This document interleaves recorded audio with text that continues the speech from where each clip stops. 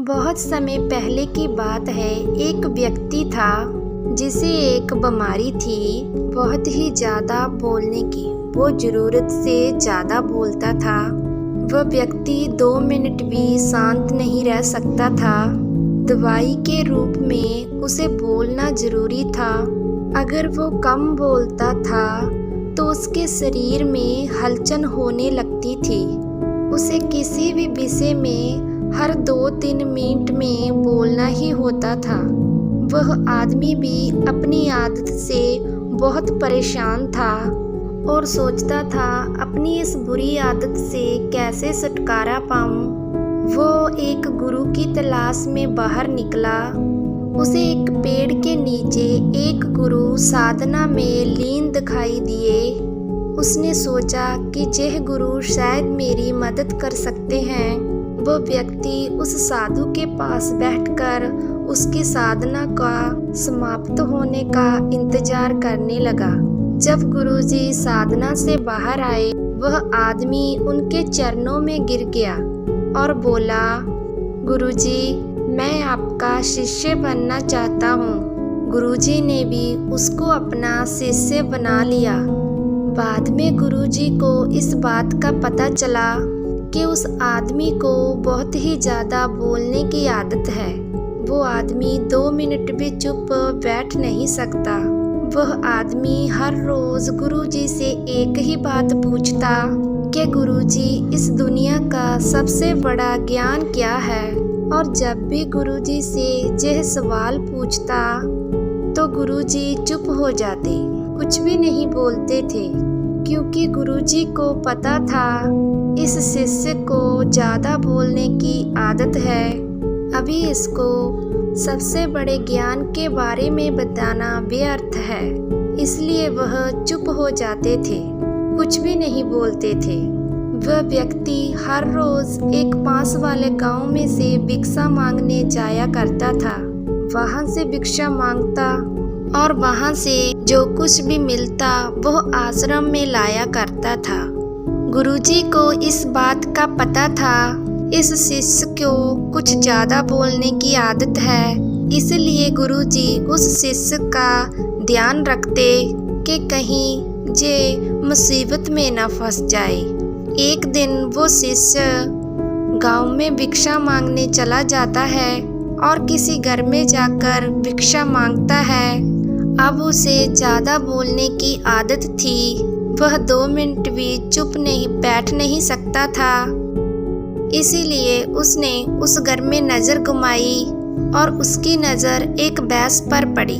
भैंस साइज में बहुत मोटी थी और वो घर का दरवाज़ा बहुत छोटा था। और वो व्यक्ति ने उस घर के मालिक से कहा, भाई साहब, आपकी भैंस तो बहुत मोटी है और आपके घर का दरवाज़ा बहुत छोटा है। यदि ये भैंस मर जाए तो इसे बाहर कैसे निकालोगे। जैसे ही ये बात घर के मालिक ने सुनी, वह डंडा लेकर उस शिष्य के पीछे पड़ गया उसे मारने के लिए। लेकिन शिष्य वहां से भाग जाता है। अब भला कोई आदमी अपने ही घर के नुकसान के बारे में कैसे सुनेगा, वो भी एक भिक्षु के मुख से। वो शिष्य वहां से भागते हुए एक दूसरे घर में जाता है। वहां पर जाकर वो भिक्षा मांगता है और वहां भी उस घर में वो नजर घुमाता है कि किस विषय के बारे में इस घर के मालिक से बात करूं। तभी सामने एक औरत बैठी थी। उस औरत से वह कहता है, देवी, आपने अपने हाथों में इतनी खूबसूरत चूड़ियां पहन रखी हैं। यदि आपके पतिदेव मर जाएं, तो इस चूड़ियों का क्या करोगी। वह औरत उस शिष्य पर बहुत गुस्सा करती है और डंडा लेकर उसके पीछे पड़ जाती है। उस औरत ने कहा, एक भिक्षु अपने मुख से ऐसा बोलता है। एक तो मैं आपको भिक्षा दे रही हूँ, ऊपर से आप मेरे पति को ही मार रहे हो। ऐसा कहकर उस औरत ने उस शिष्य को अपने घर से निकाल दिया। अब शिष्य की वह आदत थी, वह कई बार मार खा चुका था, लेकिन उसकी आदत छूट नहीं रही थी। अब उस शिष्य को उस गांव में कोई भी भिक्षा नहीं मिली। इसी के कारण वो एक गांव से दूसरे गांव जा रहा था। जब वो जंगल में पहुंचा, जंगल में उसे एक मानव खोपड़ी दिखाई दी। उसने सोचा कि जहाँ किसकी मानव खोपड़ी पड़ी है, वह उस मानव खोपड़ी के पास जाता है और जाकर देखता है कि खोपड़ी तो बोल रही है। उस खोपड़ी ने कहा कि भाई तुम कौन हो? तभी वो शिष्य थोड़ा सा डरा और बाद में बोला, मैं एक भिक्षु हूँ, भिक्षा मांगता हूँ। लेकिन तुम कौन हो और यहाँ क्या कर रहे हो? तभी उस खोपड़ी ने कहा, मैं एक शिकारी हूँ और ज़्यादा बोलने के कारण मैं जहाँ पहुँच गया। तभी शिष्य ने सोचा कि भला खोपड़ी कैसे बोल सकती है? ये तो सिर्फ एक हड्डियों का ढांचा है, ये भला कैसे बोल सकता है? यह बात यदि मैं राजा को बताऊंगा तो राजा जरूर मुझे इनाम देगा। इसी के चलते वह शिष्य दौड़ता दौड़ता राजा के दरबार में चला जाता है और राजा को जाकर अपनी सारी बात बताई। राजा को पहले तो लगा इसने मदिरा पी रखी है, मदिरा के नशे में इतनी बकबक कर रहा है। जब शिष्य अपनी बात पर अड़ा रहा तो राजा ने कहा, ठीक है, यदि तेरी बात सच निकली तो तुझे इनाम दिया जाएगा। अगर तुम्हारी बात झूठ निकली तो तुम्हें फांसी की सजा सुनाई जाएगी। शिष्य ने कहा, महाराज मैं भला झूठ क्यों बोलूँगा? आप मेरे साथ चलकर जंगल में देख लीजिए, आपको खुद ही विश्वास हो जाएगा। इसके बाद राजा ने आदेश दिया कि 4 सैनिक इसके साथ जाओ और अगर इसकी बात सच निकलती है तो इसको अपने कंधे पर बिठाकर लाना। यदि इसकी बात झूठ निकलती है तो इसे घसीटते हुए राजमहल में लेकर आना। अब जैसे ही चारों सैनिक वहां पर पहुंचे तो वहां पर खोपड़ी पड़ी थी और वह खोपड़ी से शिष्य ने पूछा कि तुम जहां पर कैसे पहुंची? तो खोपड़ी कुछ नहीं बोलती। बार बार उस शिष्य ने उस खोपड़ी से पूछा, लेकिन वह खोपड़ी कुछ नहीं बोल रही थी। बहुत देर होने के बाद सैनिकों ने उस शिष्य को पकड़ लिया और घसीटते हुए उसे राजमहल में लेकर आ गए और राजा से कहा, महाराज ये तो झूठ बोल रहा था, खोपड़ी तो वहां पर पड़ी है लेकिन वह खोपड़ी बोल नहीं रही। लेकिन खोपड़ी भला कैसे बोल सकती है? ये तो एक मूर्ख आदमी है, इसे तो कुछ पता ही नहीं है। तभी राजा ने आदेश दिया, इस आदमी को फांसी पर लटका दो। इतना सुनते ही वह शिष्य थर-थर कांपने लगा और अपने गुरु को याद किया, हे गुरुदेव आज मुझे बचा लीजिए, नहीं तो आज मेरी मौत पक्की है।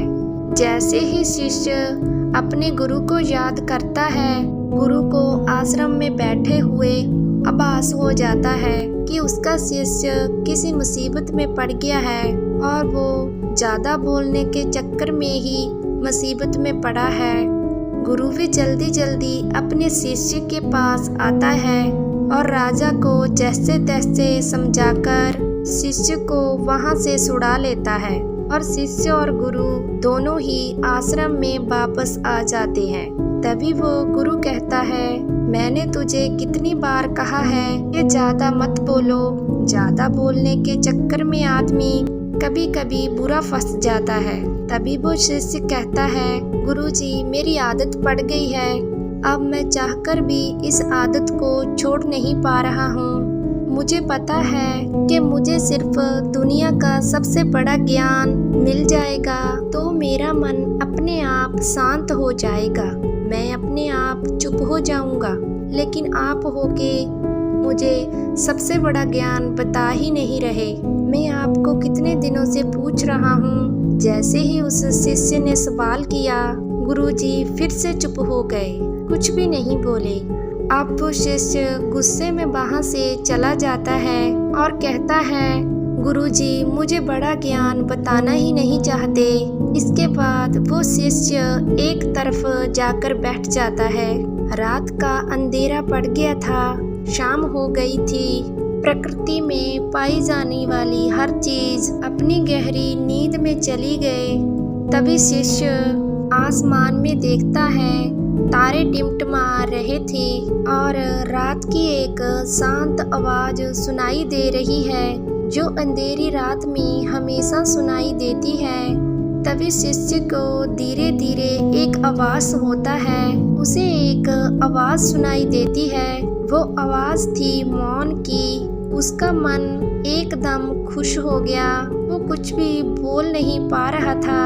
उस दिन उसका मन एकदम शांत हो गया।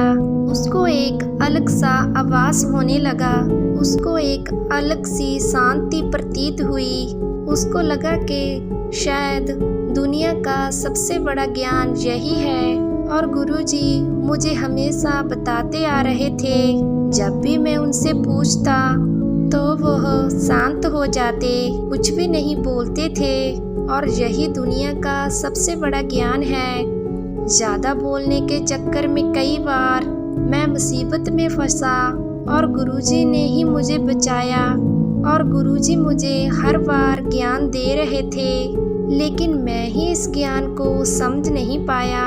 तभी वह शिष्य बैठकर मौन का आनंद लेता है, शांति का आनंद लेता है। उसके बाद वह शिष्य वहाँ से उठकर अपने गुरु के पास जाता है और उसके पास जाकर बैठ जाता है, चुपचाप बिना कुछ बोले। तभी गुरु को पता चलता है कि शिष्य को मौन मिल गया है। तभी गुरुजी कहते हैं, दुनिया का सबसे बड़ा ज्ञान मौन नहीं है, लेकिन मौन ही रास्ता है सबसे बड़े ज्ञान को पाने का।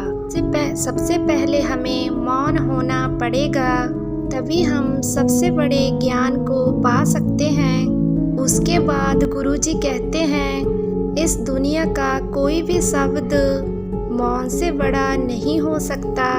मौन एक तपस्या है, मौन एक साधना है।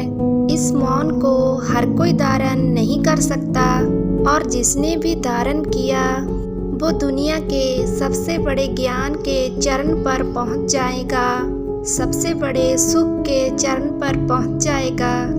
उसके मन में किसी भी तरीके का सवाल नहीं रहेगा। सब सवाल खत्म हो जाएंगे, कुछ भी नहीं बचेगा, शून्य बचेगा, एक बिंदु बचेगा। उस बिंदु में ही चलता है असली बौद्ध का दिया। उसके बाद वो शिष्य कहता है, गुरुजी आखिर मौन कैसे रहूं? मैं जब भी ध्यान करने बैठता हूँ तो मेरा मन एक जगह लगता ही नहीं। मेरे मन में हजारों विचार आते हैं। मैं जितना मौन होने की कोशिश करता हूँ उतना ही मेरे मन में ज़्यादा विचार आते हैं। ऐसे में मैं क्या करूँ? उसके बाद गुरुदेव ने कहा, मेरी बात को ध्यान से समझो। जब ध्यान करने बैठो तो मन को किसी तरह शांत करना है। इसे एक छोटी सी कहानी के माध्यम से समझो। एक किसान था और वो गुरु के पास जाता है, कहता है कि गुरुजी मेरे जीवन में बहुत काम काज है, मैं काम करके थक जाता हूँ, मुझे कुछ समाधान दीजिए। उसके बाद वह गुरुजी किसान को एक जिन्न देता है और कहते हैं कि इस जिन्न को अपने घर ले जाओ, इससे जो भी बोलोगे वो सब काम ये जिन्न कर देगा। लेकिन हाँ, एक बात का ध्यान रखना, इसको खाली मत रखना। यदि इसको खाली बिठा दिया तो ये तुम्हें खा जाएगा। किसान ने कहा, गुरुजी खाली बैठने का तो काम ही नहीं है, मेरे पास तो इतना काम है कि यह पूरी जिंदगी व्यस्त रहेगा। इसके बाद वो किसान उस जिन्न को लेकर अपने घर चला जाता है। लेकिन वह जिन्न था, वो हर काम को बड़ी जल्दी कर देता। जब भी किसान उसे कोई काम कहता वो जिन्न तुरंत कर देता था। जब किसान के पास कोई काम ना होता वो उसे आसपास वालों के काम करने के लिए कहता, लेकिन वह उन कामों को भी जल्दी से खत्म कर देता और काम खत्म कर वापस किसान को बोलता कि मुझे जल्दी काम दो, नहीं तो मैं तुम्हें खा जाऊंगा। अब किसान इस चीज से बहुत ज़्यादा परेशान हो गया। वो वापस उस जिन को गुरुजी के पास लेकर आया और कहने लगा, गुरुजी, इस जिन का कोई समाधान दीजिए। ये तो बड़ा जल्दी काम को कर देता है और मुझे खाने के लिए कहता है। तभी वो गुरुजी उस किसान को और जिन को लेकर एक खेत में जाते हैं और उस जिन को कहते हैं, एक बांस का डंडा लेकर आओ। वह जिन एक बांस का डंडा लाता है और गुरुजी उस बांस के डंडे को खेत में लगा देते हैं। खेत में डंडा लगाने के बाद गुरुजी उस जिन को कहते हैं, जब भी ये किसान तुम्हें कोई काम कहता है और वो काम खत्म हो जाए, तुम इस डंडे पर चढ़ना और उतरना। तुम्हारे पास जब काम ना हो तो यह काम करते रहना। यह सुनते ही वह किसान बहुत खुश हो गया, क्योंकि उसको समाधान मिल गया था। अब अगर जिनके पास काम नहीं रहेगा तो वह डंडे पे उतरता चढ़ता रहेगा। अब वह किसान को परेशान नहीं करेगा। हमें ध्यान के समय में अपने मन को सांस के साथ बांध देना है। जैसे ही सांस बाहर जाती है उसके साथ मन को बाहर, जैसे ही सांस अंदर जाती है तो मन को अपने अंदर। धीरे धीरे इसका अभ्यास करते जाओ। धीरे धीरे आपका मन शांत हो जाएगा। ऐसा नहीं है कि ये सिर्फ तुम ध्यान के समय ही कर सकते हो। जब भी तुम कुछ काम करते हो, कहीं जा रहे हो, किसी से कुछ बात कर रहे हो, उस समय मौन रहकर अपनी सांस पर ध्यान दो। अपने मन के अंदर की आवाज को सुनो, अपनी सांस की आवाज को सुनो और उसी के साथ अपने मन को जोड़ दो। धीरे धीरे आपका मन पूरी तरह शांत हो जाएगा।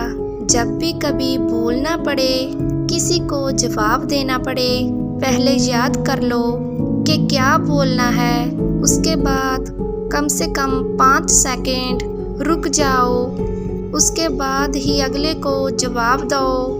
इससे तुम्हारी ज़्यादा बोलने की आदत भी कम हो जाएगी। जब तुम्हारे पास बोलने के लिए 2 ही बातें हो, उनमें से एक ही बात बोलो, और जब तुम्हारे पास बोलने के लिए 3 बातें हों, उनमें से 2 ही बोलो।